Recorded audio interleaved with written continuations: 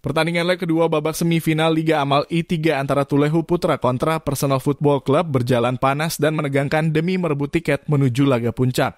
Laga yang berlangsung di Stadion Tarembal, Matawaru Tulehu. Sabtu 9/9/2023 itu berhasil dimenangkan Hurnala 3-1 lewat adu penalti atas kemenangan itu.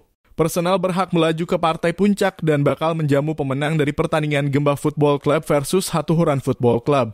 Pantauan tribunambon.com sejak peluit 45 menit awal berbunyi, Faisal Tuasamu skuad tampil menekan jantung pertahan Saipul, Lewenusa, dan kawan-kawan secara bertubi-tubi.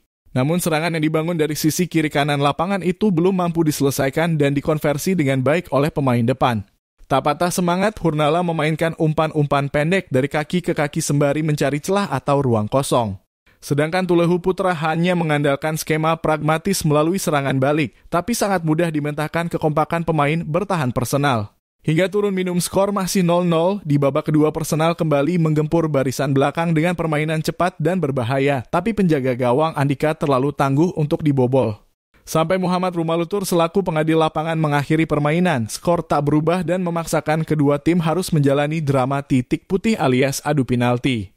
Personal menurunkan 5 algojo yakni Faisal Tuasamu, dalam kurung Kapten Muhammad Bayau, Ramdhani Ohrela, Sabil Bayau, dan Kamarudin Lesh. Sedangkan Tulehu Putra menugaskan Dani Lestaluhu, Saiful Lewenusa, Zulkifli Nasela, dan Rahman Hatuela.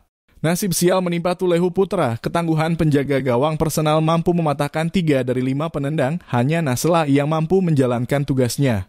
Pelatih Personal Football Club Rudi Latuliu bersyukur atas pencapaian para punggawanya yang mengemas kemenangan dari tim favorit juara dan menuju laga pamungkas. Ini laga yang sangat menegangkan, mereka adalah tim kandidat juara, tapi para pemain bisa atasi derby Hatures lewat drama adu penalti, katanya. Kata dia, tersisa satu tahap prestisius yang harus dilewati dengan penuh keseriusan, maka hal terpenting ialah fokus dan menampilkan permainan terbaik. Tinggal satu tahap, yaitu final, pastinya lawan punya ambisi yang sama untuk merengkuh gelar juara, tapi saya yakin Faisal dan anak-anak lain akan menciptakan sejarah manis tahun ini, tandasnya.